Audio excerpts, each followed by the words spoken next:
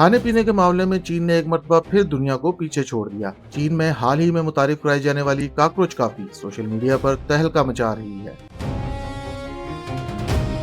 یہ کافی کوئی عام کافی نہیں ہے، بلکہ اس میں شامل ہوتا ہے گراؤنڈڈ کاکروچ پاؤڈر اور پروٹین سے بھرپور خشک میل ورمز۔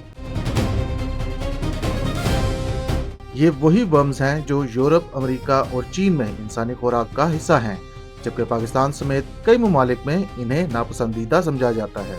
بیجنگ کے ایک انسیکٹ تھیم میوزیم میں فروخت ہونے والی اس کافی کی قیمت 45 یوان ہے۔ انتظامیہ کے مطابق چونکہ میوزیم کا موضوع کیڑے مکوڑے ہیں، اس لیے مشروبات بھی اسی خیال کے مطابق تیار کیے گئے ہیں۔ کافی بنانے والوں کا کہنا ہے کہ کاکروچ پاؤڈر خون کی روانی بہتر کر سکتا ہے، جبکہ میل ورمز قوت مدافعت بڑھانے میں کافی کارآمد ہوتے ہیں۔